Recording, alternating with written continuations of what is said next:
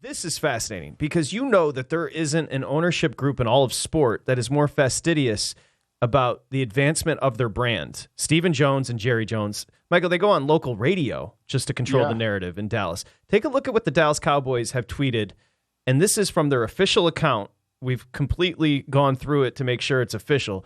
Dak Prescott gave away the ball twice in the narrow loss to the 49ers in a matchup the Cowboys had a chance to win if they didn't, again, generate self-inflicted wounds.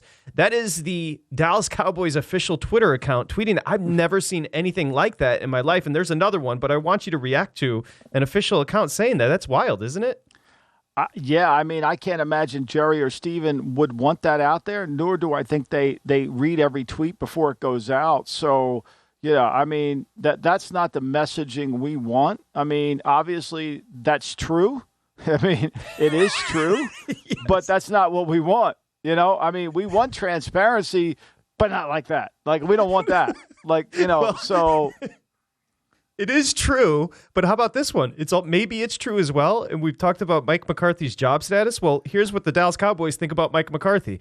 The next tweet, Mike McCarthy took the podium following the loss to the 49ers to give his take on a season that had the opportunity to be special, but instead ended up being anything but.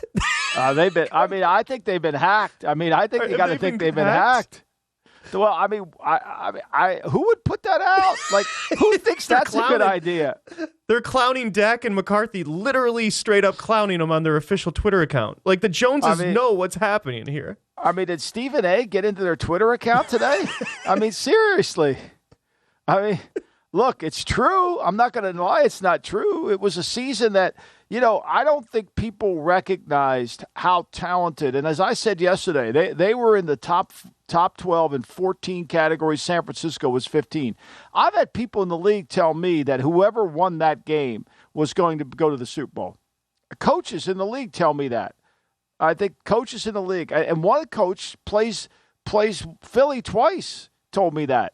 Said whoever wins that game is going to the Super Bowl. This coach actually thought Dallas was going to win, and as I did. But I think, to me, I don't think people recognized how good Dallas was. And, you know, they lose 2 overtime games, and how sometimes they just let the game slip away from them. And unfortunately, this is now the label that has been attached to them because they've gone 27 years without winning a Super Bowl. And, you know, and it's been so long since they've been able to walk into a stadium and say, we're great, we're going to show you how great we are. My only question, I'm just going to read it one more time because I can't get enough. Did John Goulet, our program director, take over Dallas Cowboys Social? Quote, this is Dallas Cowboys. Mike McCarthy took the podium following the loss to the 49ers to give his take on a season that had the opportunity to be special, but instead ended up anything but.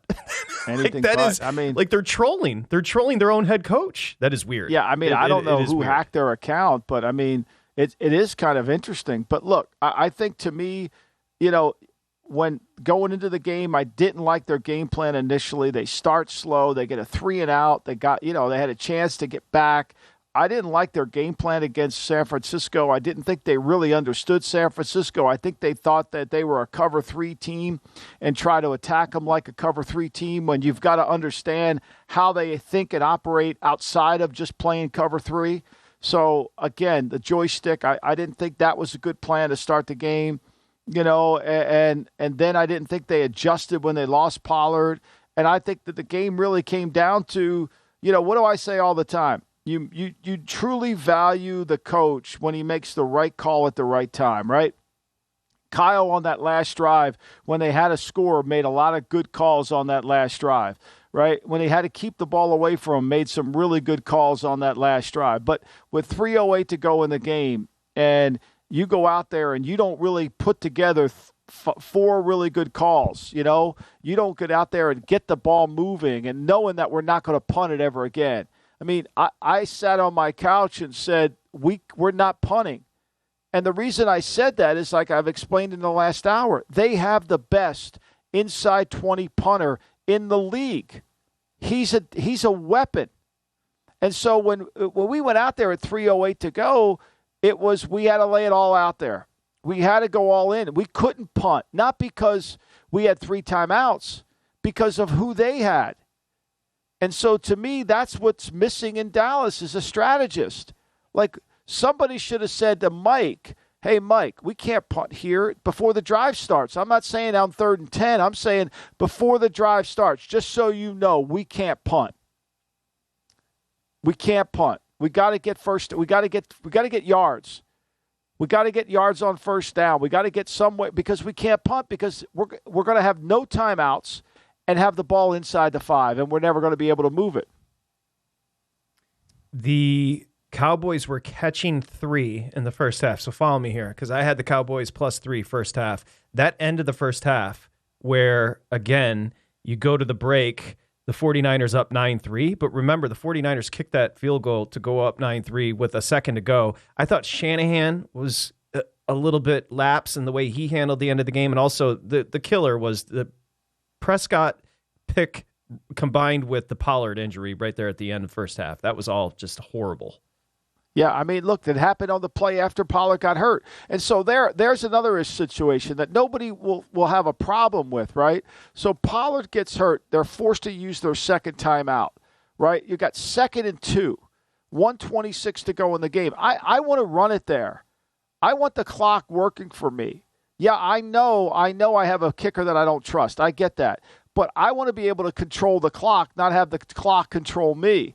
And so I want something that I'm going to be able to get it moving so that if I have to punt or I have to settle for a field goal, then I leave them very little time. I play to the strength. But, of course, naturally, the joystick over there, he's calling passes because that's what he's got on his sheet, and Dak makes a bad play. So it's a bad call with a bad result, and okay. This is why they lose. I said this on the pod. If you switch coaches, who wins the game? If you give Shanahan to the Cowboys with that talent yesterday, yeah, I would agree with you. So let's have that conversation about Kellen Moore. He's 34 years old. What's interesting is if you're Mike McCarthy, you inherited Kellen Moore. So Don't you go to ownership now and say, hey, I got to do this on my own moving forward, or I have to hire who I want to hire, or I don't know if he has a good relationship with Kellen Moore. I don't know. I mean, it's so funny when I watch the two of them. They don't seem like it, right? I mean, I'm sure I know Mike's a nice guy, and I'm sure Mike is very respectful. But Mike has his Green Bay play sheet, the way it's set up in Green Bay, like he was going to call the game, and Moore's got his play sheet, like they're not in symmetry even on that. And so I'm sure that they talk a lot of things. But when he took that job, Jerry wanted Kellen Moore to run the offense. I mean, and this is what you get. You get a 34-year-old guy who's never had to call a game when he loses his best player, a playoff game. That's a hard thing to do. How do we adjust this game now? What do?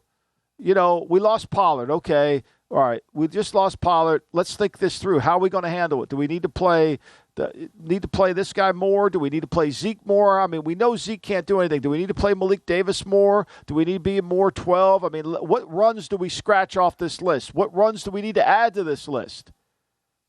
I don't see any of that. The 49ers have now won 12 straight games, their longest streak since '84 when you were on the staff. I was there. I was on that streak. You know how that streak ended? That streak ended. I said this on the pod. That streak ended. We were playing Pittsburgh at home in the Candlestick, and it's 17-14. We kick a field goal.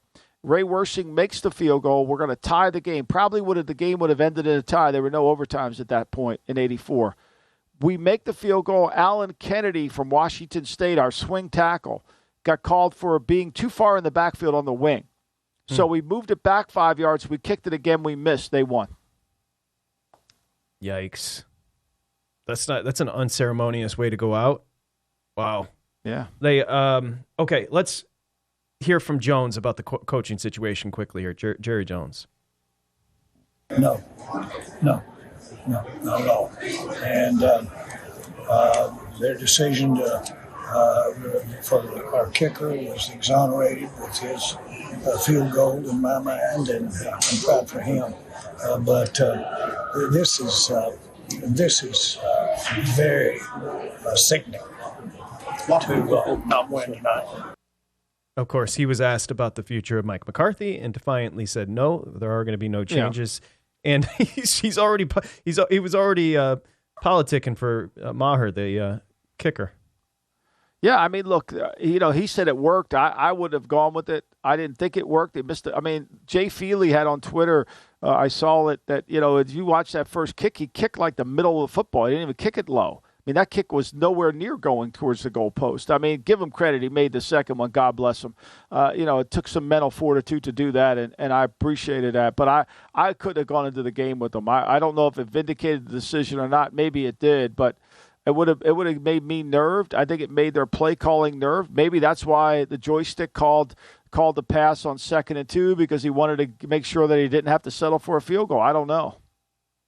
Well, I do know this. Who needs friends, Dak Prescott and Mike McCarthy? Who needs enemies when you've got friends like the social account there with the Cowboys? My God. That was a really, really weird.